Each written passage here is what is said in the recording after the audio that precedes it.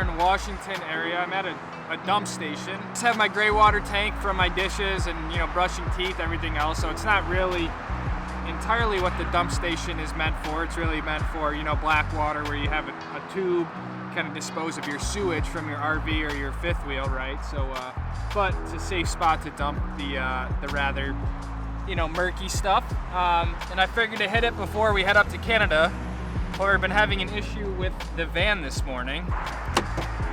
The DC to DC battery charger that is essentially hooked up to the alternator of the van and charges the house batteries, which run my entire operation basically, is no longer charging the batteries. It just randomly has stopped working. It shows that it's on, it shows that it has power, but for whatever reason it's not sending any charge back to the batteries. I took everything apart this morning at a truck stop and I got it to work, but I shut the van off to go inside and it came out to drive, and it's not working now. So kind of in a little bit of standby slash don't really know what to do. Like I always say, the skiing and stuff like that is always like secondary. Doing the van stuff is like a full-time gig in of itself, and so that's the situation this morning.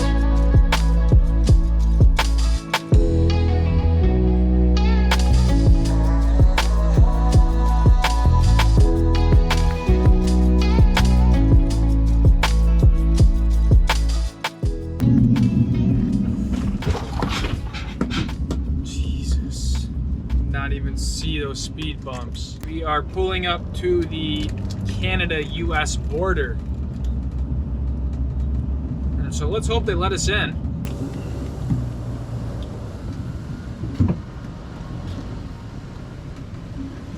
How you doing? Good. Yes, ma'am. Where do you live? I live in Utah. When did you leave your home? January like 20th, probably.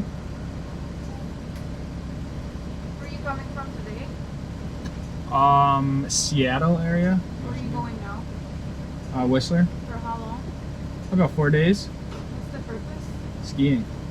And the last time you were here was? 3 weeks ago, 4 weeks ago. Is this your vehicle? Yep. Are you bringing any guns or any weapons? Nope. What's on this? Is it for a camera? This is a tripod. Oh, yeah. Any cannabis products? Nope. Are you leaving anything in Canada? Nope. Yes, I'm just gonna grab your plate. Okay. Thank you. Later. Let's go. We're in beautiful British Columbia. Luna's first time in another country. Let's go.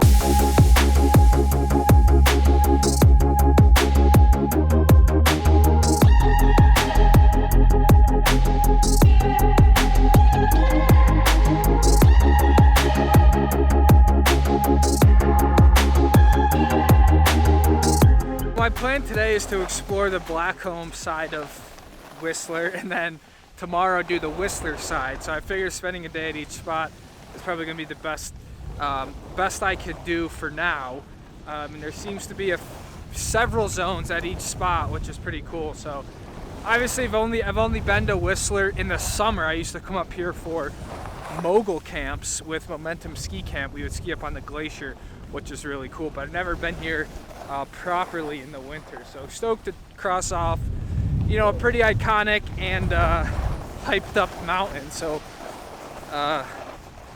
we'll see kind of how we get off. I'm gonna go Crystal Ridge Express, I believe, for now, and work some trees over there and then maybe move around after that. It looks like there's a lot of low clouds today, which is making the visibility rather poor at the lower elevation, so the move might be staying up higher, as usually is the case. But I'm over at this rather precarious zone that seems kind of, depending on where you go, it can be a great run, or you can kind of get yourself cliffed out. So as always, going to take it very easy.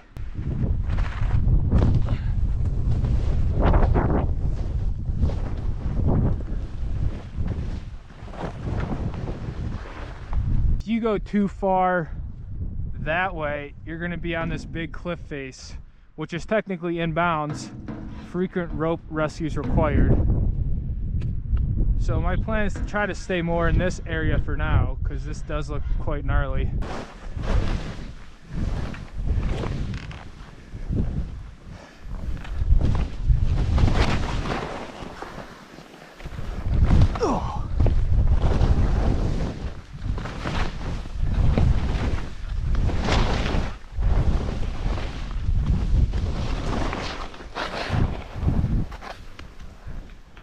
I don't love the way that looks, so.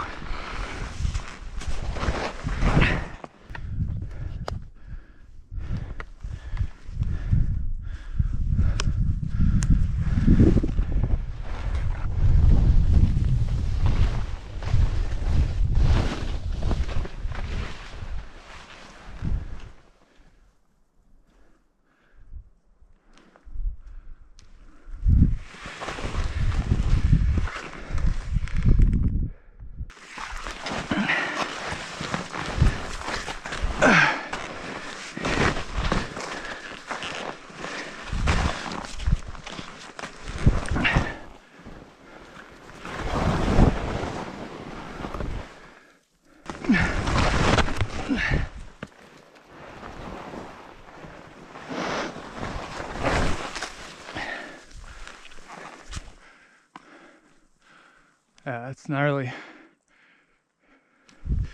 This at least looks like I can get down.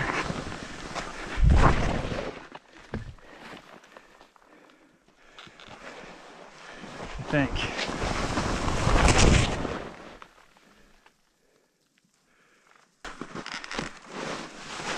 Sticky situation.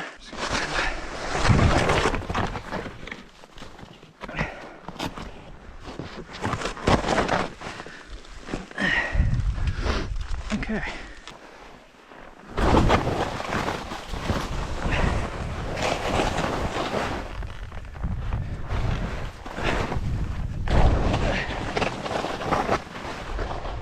Oh. So that's what I was on.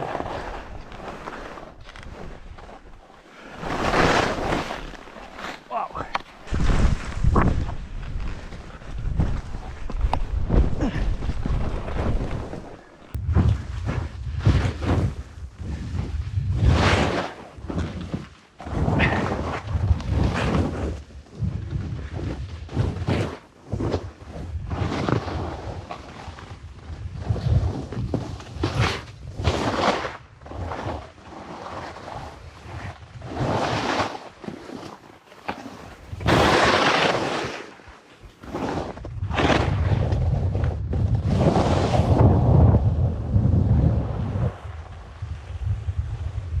It appears to be another tough day up here in terms of visibility.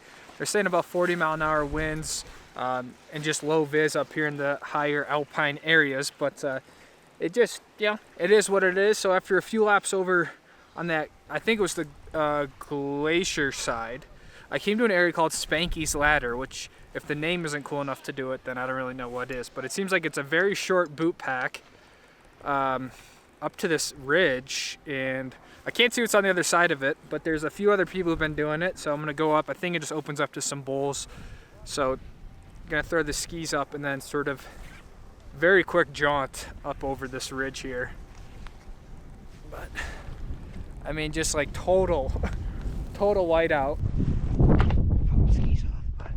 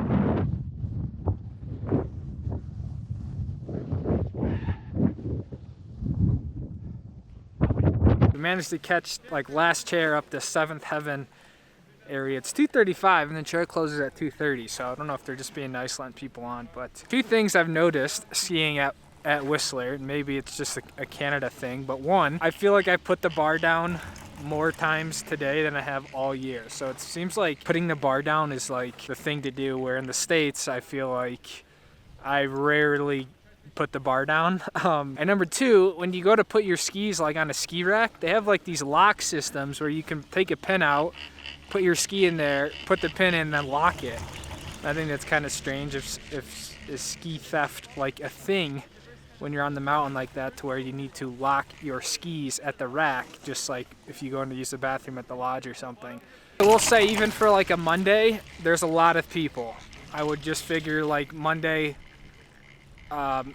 it would be kind of clear, but it was like there's just, I feel like Whistler's just one of those mountains. It's just always busy. So I couldn't imagine this place like on a bangin' pow day or something, but.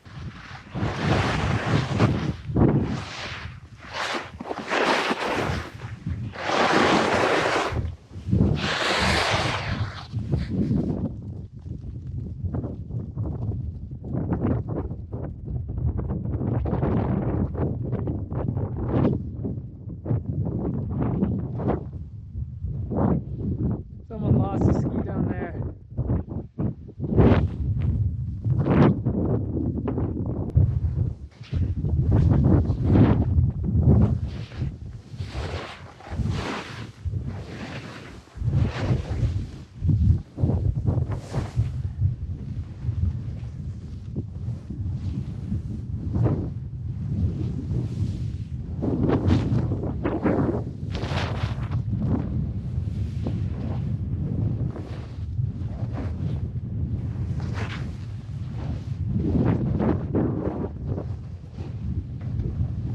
That was not as steep as it looked from the chair.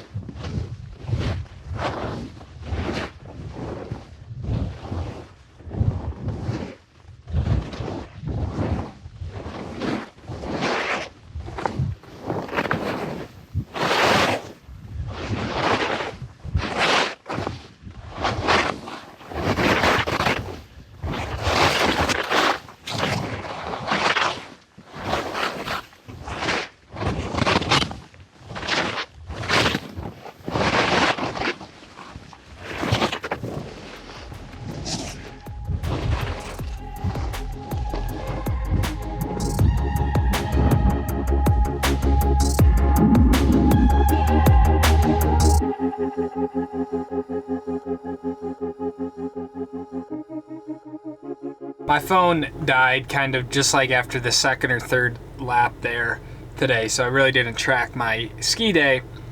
But I mean, overall, it was a really fun day. I mean, the terrain here obviously is second to none. I just think it was very tough conditions to learn a mountain like Whistler. I did try to hit some of the main areas on the BLACKCOMB side, and hopefully we'll do some of the main areas on the Whistler side tomorrow. So because parking, overnight parking isn't allowed in Whistler, and there just kind of seems to be some like touch and go spots within a 20-minute vicinity. I'm gonna rip back to Squamish. The Walmart there has just been awesome.